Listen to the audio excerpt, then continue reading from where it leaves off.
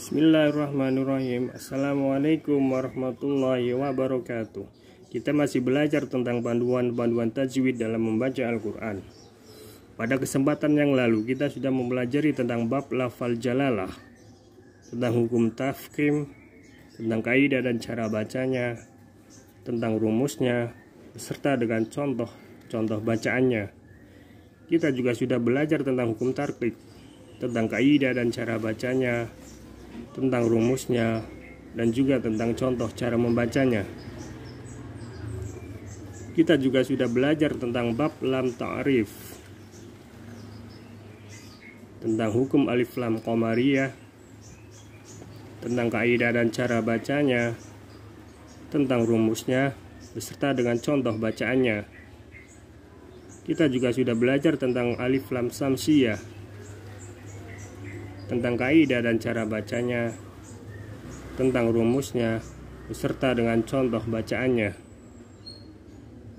Dan pada kesempatan hari ini kita akan mempelajari tentang bab qalqalah. Yang pertama, kita akan belajar tentang hukum qalqalah sugro. Apa itu qalqalah sugro? Qalqalah sugro, kaidah dan cara bacanya adalah jika salah satu huruf qalqalah, yaitu ba, jim, dal, to, dan qaf, bertanda sukun dan terletak di tengah kalimat dan tidak dibaca waqaf, yaitu dibaca terus, tidak berhenti, maka dibaca memantul tipis. Jika salah satu huruf qalqalah, ba, jim, dal, to, dan qaf, berada di tengah ayat dan dibaca terus, tidak berhenti, maka dibaca memantul tipis. Langsung saja kita ke contoh agar lebih mudah untuk dipahami. Contoh bacaan qalqalah sugro. Kita baca qad aflaha, qad aflaha. Dal di sini bertanda baca sukun dan berada di tengah kalimat. Di tengah kalimat dan tidak dibaca waqaf. Tidak dibaca waqaf artinya dibaca terus, tidak berhenti, menyambung. Qad aflaha, maka dal di sini dibaca memantul tipis atau qalqalah sugro karena berada di tengah kalimat dan tidak berhenti, dibaca terus. Qad aflaha. Sekali lagi, qalqalah sugro jika salah satu huruf qalqalah yaitu ba, jim, dal, to, dan qaf terletak di terletak di tengah kalimat atau dibaca tidak waqaf, yaitu dibaca terus, tidak berhenti, maka dibaca memantul tipis. Contohnya, qad aflaha, dal di sini bertanda baca sukun, maka dibaca memantul tapi tipis karena tidak waqaf, yaitu dibaca terus. Maka ini berlaku hukum bacaan qalqalah sugro. Yang berikutnya tentang qalqalah kubro. Qalqalah kubro adalah jika salah satu huruf qalqalah, yaitu ba, jim, dal, to, dan qaf terletak di akhir kalimat saat waqaf, yaitu dibaca berhenti sehingga terbaca sukun, maka dibaca memantul tebal.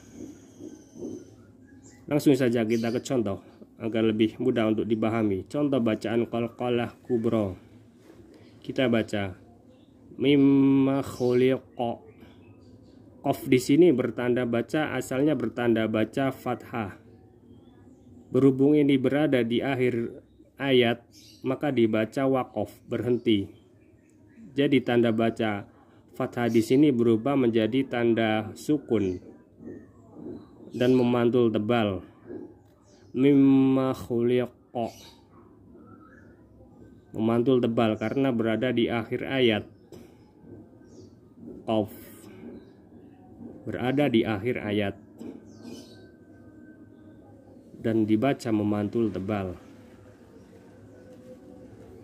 Sekali lagi, qalqalah kubro. Kaidah dan cara bacanya, jika salah satu huruf qalqalah yaitu ba, jim, dal, to, dan qaf terletak di akhir kalimat saat waqaf, yaitu dibaca berhenti sehingga terbaca sukun, maka dibaca memantul tebal. Qaf di sini berada di akhir kalimat dan terbaca sukun karena di akhir kalimat dan dibaca waqaf, yaitu berhenti, maka tanda fathah di sini berubah menjadi tanda sukun dan dibaca memantul tebal. Mimma khuliqa, mimma khuliqa, qaf salah satu huruf qalqalah. Demikianlah pelajaran hari ini tentang bab qalqalah, tentang hukum qalqalah sugro dan qalqalah kubro. Semoga bermanfaat.